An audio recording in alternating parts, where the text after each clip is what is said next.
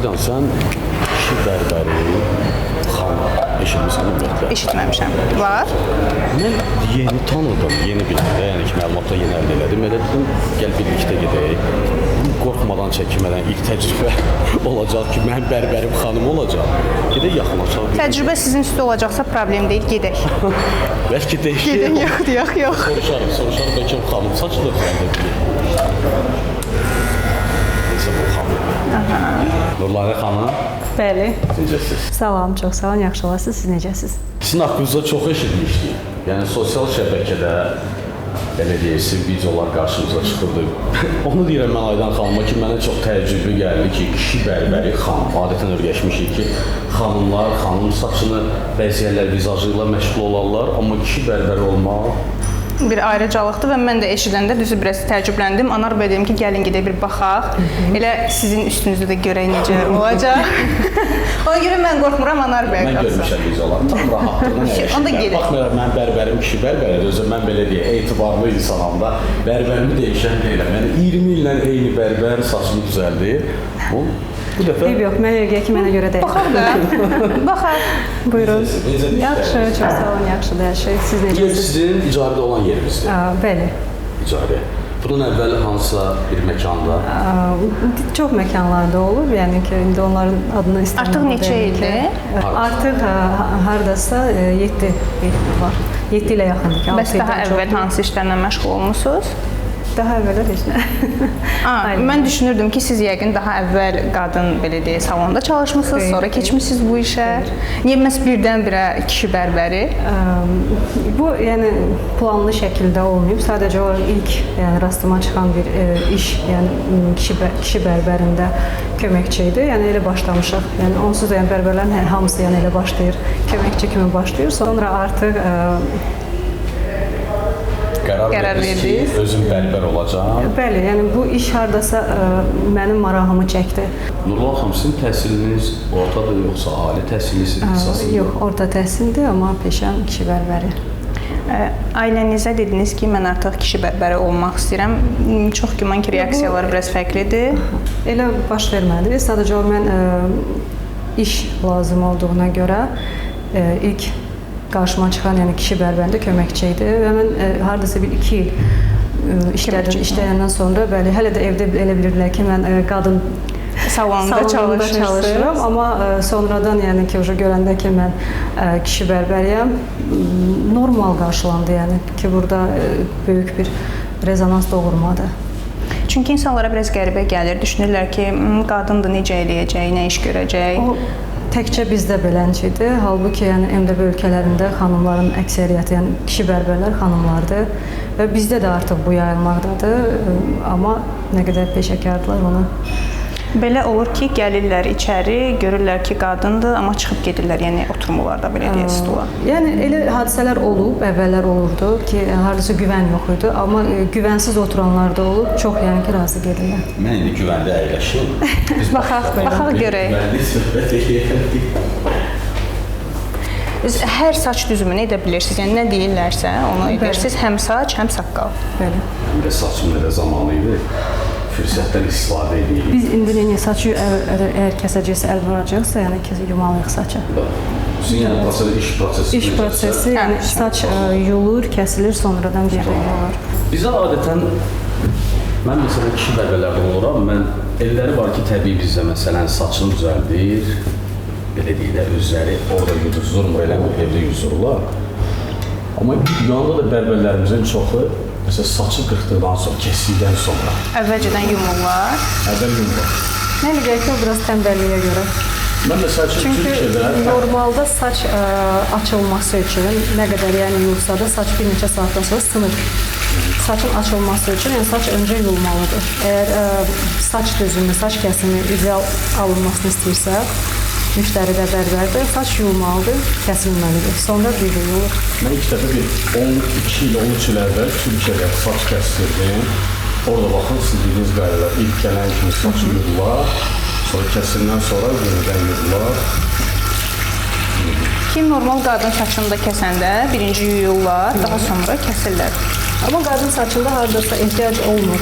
ikinci dəfə yumağa. Çünki saç özü uzundur da, oradan görə ehtiyac var. Amma kişi saçında ehtiyac var. Xırda saçlar olduğuna görə ikinci dəfə yumağa ehtiyac var. Nurmala xanım, bu müddət halındadır. Mən xaricdə görmüşəm, bizdə mən qarşılaşmışdım, hansısa bizim bölgələrimizin birində bir xanım bərbər var.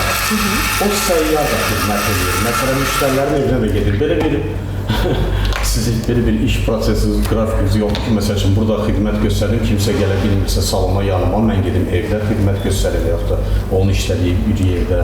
Sözün açıq, məndə o cür müştərilər yoxdur, amma karantində məsələn olurdu. İcazə yox idi. İcazə, mümkün idi ki, hardasa biz saçı gedib kəsirdik də 1-2 saatlıq çıxa biləndə gedirdik.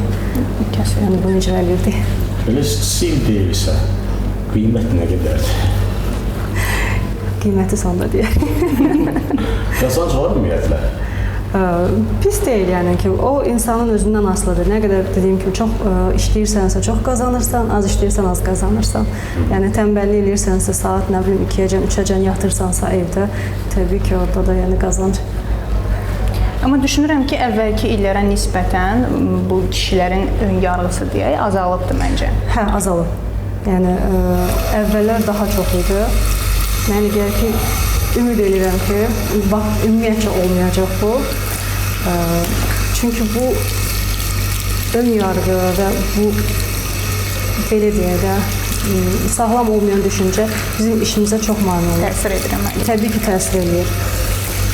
Amma bunu deyim ki, qadın salonlarında ən yaxşı saç kəsənlər kişilər olur. Yəni bunu müşahidə etmişəm. Yəni kişilər qadınlardan daha yaxşı əl işinə sahibdirlər. Və tələbatı daha çoxdur və artıq normallaşıb o bizim üçün. Yəni qadınlar üçün normaldır artıq. Əksəriyyət məsələn müştərilər də deyir ki, qadınlar daha səliqəli, daha yəni incə iş görürlər. Kişi bərbərə nisbətən. Bəli.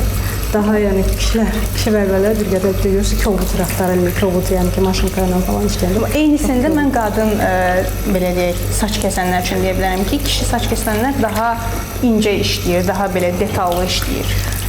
O siz yəqin ki, məsələn, qadının əks cinsi görə bilməsi və kişinin də qadını necə görə bilməsi. Yəni kişi gözü ilə belə deyək, qadın gözü ilə yaraşmaq necə yaraşır. Yanaşmaq. Bu indi hamısına aid deyil, çünki bizim xanımlarımız da var ki, hansı ki, çox gözəl saç kəsirlər, yəni qadınlar. Yəni hamısına aid eləmək olmaz, bu individualdır. Siz yəni həvəskar səviyyədə belə baxa-baxa, ustanın əlinə baxa-baxa Xeyr, həvəskar səviyyədə, professional səviyyədə.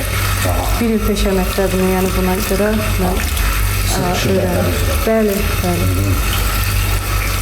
Sırf ayrı 2 ildən sonra başlamışsınız, belə başa düşürəm. 2 il hardasa köməkçi kimi işlədim, sonra həvəs yarandı ki, özüm öyrənməyə. Və peşə məktəbində 1 il həm praktika, həm nəzəriyyə olmaqla yəni bunu öyrənmişəm. Belə deyək, tamına 3 il sonra artıq sərbəst, özünüz tək başlamışsınız. Anar bəy, yaxşısınız? Yaxşı. Niyə o da kameradan qorxur? Bunu bağlayırsınız ki, tük olmasın həm var? Bu həm tükün bədənə yəni keçməməsi, bir də ki, sterillik baxımından. Pinyar hər dəfəsində yəni dəyişməkdə, fərqli boğaz hissəsi, yəni təmasda, boyun nahiyəsinə təmasda olur deyənə. Ona qədər deyəm. Bir çoxları onu bilmir. Bir çoxları elə buramı pinyara salırlar. Nurmala xanımın bir çox bərbərlərin özünə stili var da. Nurmala xanımın stili var, yoxsa xüsusi? Özünə məxsus.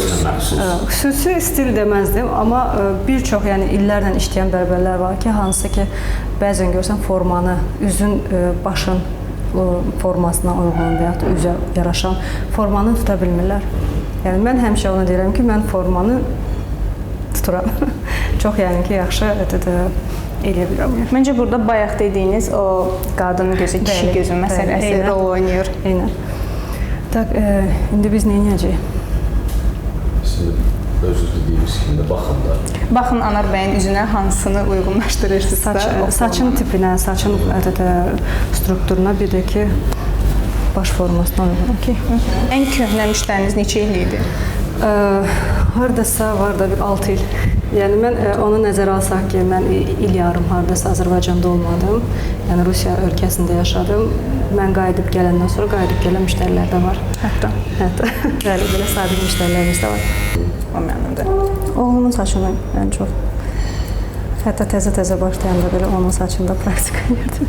Oğlunuzun saçında praktik eləmişsə. Eləmişəm.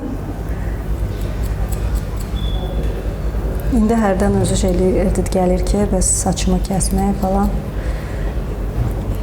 Deyirəm, əlin cibində olsun. Belə tanıdığınız, bildiyiniz özünüz kimi də, yəni kişi bərbər olan xanım, bərbərlər, ustad, siz tanıyırsınız? Bir neçə nəfəri eşitmişəm, görmüşəm, yəni.